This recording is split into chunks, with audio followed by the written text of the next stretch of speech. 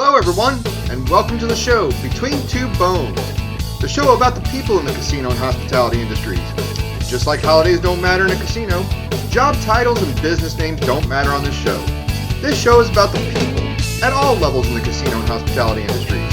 Today, our guest is Casino Executive Mayan Beltran. Well, hey, Mayan, thanks for welcoming to the show here. We appreciate your time today. I know you're pretty busy, and so I really do appreciate you taking the time to join us today. Well, thank you, Rick. It's a pleasure being here speaking with you.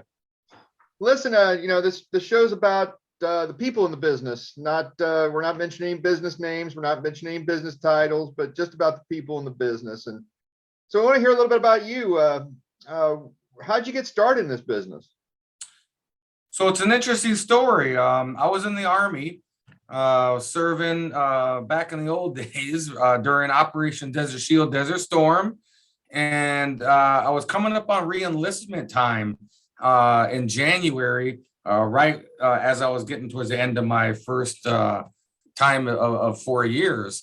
And I went home on Christmas leave, and that's the year that Indian gaming started. So I went home, and my tribe had a casino open, and I went over to the casino, and man, it was an incredible experience seeing a casino and that we owned, and it was busy and it would look fun, and so I decided then that I was going to get out of the military and come back and work in casinos. So it's interesting because I go back and I say, I'm not going to re-enlist, and people were like, what? Because I was really doing well in the military. I really enjoyed it, and I did air assault and airborne, and I was moving up through the ranks, and I had a lot of awards, and I was going to re-enlist. I did the like preliminary training for Rangers and Special Forces to see if I could qualify, and I did, and all I had to really do was sign up for more years, and that was going to be January. And in December, I saw this new opportunity, and I thought, what am I doing? What I'm going to commit the rest of my life to the military, or I could go home and work in casinos. So that's how I got in the business. Wow. Well, first of all, I want to thank you for your service to our country too. Thank you for that. Thank you. I appreciate that. So, throughout your career, everybody sees something that's been outstanding, that's just kind of shocked them, whether it be some kind of promotion or an expansion or a build of a property. Well, what's something that you saw, again, not mentioning any names, but what's something you really kind of saw that kind of made you say, oh? I think, I've seen lots of great things throughout my time, and, other tribes and other businesses. Of course, location helps a lot in how they can expand and grow. And, being that I worked in facilities that were larger than places in Las Vegas was amazing, knowing that some properties are that big. But I think probably one of the biggest lately has been the off-reservation tribal casinos, right? As far as you see a bunch of them, in Las Vegas right now, and either have opened or are in the process of opening. I think that's the biggest thing that amazed me, is that, tribal gaming has extended beyond reservations, right? And we've proven that we can operate in this industry and compete, right? So I think that's probably one of the biggest things that amazes me, and that I'm very impressed by tribes being able to do that. I agree. It has been kind of amazing watching how the expansion of the off reservation, the what do you want to call it, corporate or commercial side of tribes moving in that direction. Yeah, and then not only that, I think it's amazing that tribal members and people have had the opportunity in this business. I mean, since the expansion of Indian gaming, there was only a couple markets, and there was only so many people that worked in this industry. And now to see the size of it in America, of course, globally as well, but in America, and tribes having the opportunity to train and develop and move up into leadership positions has been another amazing thing that has come out of this business. Right. Well, you've been in it for so long. So here's a question is what makes you stay in this business? I mean, you had an opportunity to go back to the military, but what makes you stay in, what makes the drive happen besides a paycheck? So for me, it's the people, right? It's the networking. It's an understanding of what we get to do as leaders and bring up the next generation of people and teach them and support them and mentor them and show them what's possible in the business. I mean, that and the evolution of it, it's always changing, the technology and things that happen, the sports betting that's like booming across the country right now. That's very interesting. So, for me, I've seen a lot of people come and go that are not in the business anymore, or that have been in the business for a very, very long time, right? So you get to see them at these conferences and network and just see people I've started in the business with back in 1993 that are still in the industry, right? So I mean, I think it's the people, but I also think it's the ability to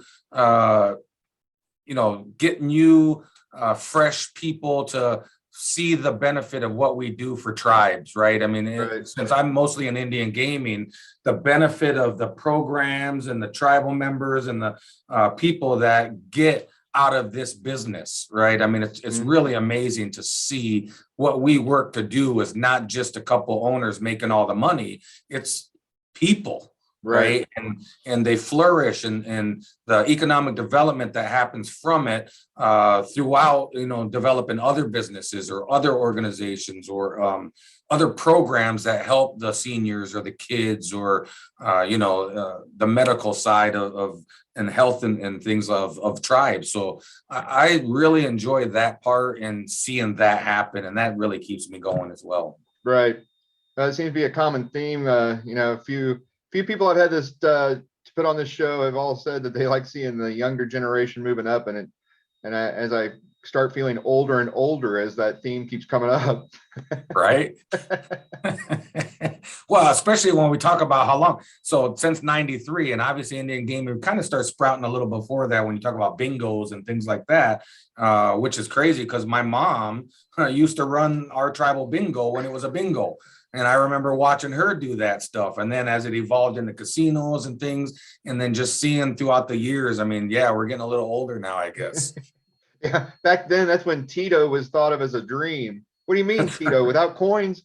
How does the machine operate without coins? Yeah, exactly. Right. Seeing all this evolution, and it's crazy. I mean, I think about when I first started, and my tribe was in trailers when they first started, and you talk about coins, the dirt and how dirty they were, and moving around in circles, right? And people who haven't worked with coins don't know that cycle of how it goes through that process. But we'd be moving carts, and the carts were so heavy they were breaking through the floorboards of the trailer, right? And it's just crazy. I mean, people had some medical problems because you're moving heavy stuff around and things, but the Tito evolution and technology, player systems, and geofencing and technology with phones and what you can do with them and apps and everything. I mean, it's amazing to see the evolution of gaming in this time frame. Well, you kind of lead me into the last question, and it's kind of a loaded question because we all have seen it. We all got our stories. But what's the most outrageous thing you've seen in this business? So there's a lot of things I've seen and never experienced myself, but I would say the one that I saw and experienced was someone came into a casino and said, you know what, and we were trying to do these promotions for a while because we got to, how it goes. We got held back on some promotions, and we're saying, hey, it's been a long time since we gave away a car or we've done this or that. And they got a new person come in, and he come in and said, you know what, we're going to do the 13 days of Christmas, and every single day we're going to give a car away. And we were like, what? No, we were talking about like one car. You're going to do 13 days. I mean, none of us thought it would work just because our demographic and our location. And we're like, okay, I guess we're doing the 13 days of Christmas. And, unfortunately it failed and it didn't do well for the tribe. But to me, that was kind of outrageous. I mean, we were saying it, we couldn't get the ability to do one car. Another guy comes in and says, let's do 13 cars in a row. And they said, hey, that's a great idea. Let's do it. So I'm like, that was outrageous. Right. So it's something I got to witness firsthand. And I just thought, okay, well, I mean, hopefully it works. I mean, that's all you can do is, trust and, think that these guys know what they're doing that are in these positions. I feel the same way when I'm bringing something in. I have to ensure that these guys, trust me enough to try things. Right. Of course, I have a different strategy, a little bit different way of doing things. But yeah, I thought that was pretty outrageous as far as not trusting the team that was there, but the next guy comes in and just gets to do, what he wanted, and unfortunately hurt the tribe. But Right. To me, that was outrageous. Well, before I let you go, I appreciate your time today. It's always a pleasure talking to you, Mayan, and we wish you the best of luck out there, and we see you for many more years to come in this industry. Well, thank you, Rick. I appreciate being on your show here, and it's always a pleasure to talk to industry professionals. And this one was laid back, and we just got to kind of talk about other stuff for once. So it was great. Thank you. Hey, not a problem, Mayan. Thank you. From all of us here at Rolling Bones News, we want to thank you for joining us, and thank you again to Mayan Beltran for his time and his insights into his time in this industry. Tune in here to see more of the great people in this casino and hospitality industry. And remember, it's the people in these industries that keep the business moving.